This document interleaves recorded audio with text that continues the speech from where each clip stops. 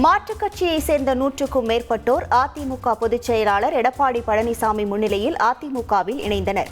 ஈரோடு மாவட்டம் பவானி பகுதியைச் சேர்ந்த திமுக, அமமுக உள்ளிட்ட பல்வேறு கட்சியிலிருந்து விலகிய 100க்கும் மேற்பட்டோர் அதிமுகவில் இணையும் நிகழ்ச்சி சிலுவம்பாளையத்தில் உள்ள எடப்பாடி பழனிசாமி இல்லத்தில் நடைபெற்றது. முன்னாள் அமைச்சர் KC கருப்பண்ணன் ஏற்பாட்டில் நடைபெற்ற நிகழ்ச்சியில் மாற்றுக் கட்சியினர் தங்களை அதிமுகவில் இணைத்துக் கொண்டனர்.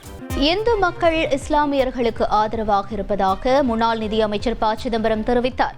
வக்பு திருத்த சட்டத்தை கண்டித்து சிவகங்கையில் நடைபெற்ற கண்டன பொதுக்கூட்டத்தில் பங்கேற்று பேசிய அவர், சிறு சிறு பிரச்சினைகளை ஏற்படுத்தி இஸ்லாமிய மக்களை மிரட்டி பணிய வைக்க பாஜக முயற்சிப்பதாக குற்றம் சாட்டினார். தெருக்களிலே இறங்கி சண்டை போட வேண்டிய அவசியம் இல்லை. தெருக்களிலே இறங்கி யாரோடு சண்டை போட போகிறீர்கள்? இந்து மக்களுக்கு உங்களோடு சண்டையே இல்லையா? இந்து மக்களுக்கு உங்களோடு சண்டையே கிடையாது. சில அதி தீவிரவாதிகள் வேணா இஸ்லாமியத்தை எதிரான மதமாக, பகையான மதமாக கருதலாம். நாங்கள்லாம் உங்களை பகைவர்களாக கருதுவது கிடையாது, ஒரு நாளும் கருத மாட்டோம். உங்களுக்கு நாங்கள் ஆதரவாக இருப்போம், எங்களுக்கு நீங்கள் ஆதரவாக இருக்க வேண்டும். உங்கள் தந்தி ஒன் தொலைக்காட்சியில் கால பைரவன் தினமும் காலை 8 மணிக்கு காண தவறாதீர்கள்.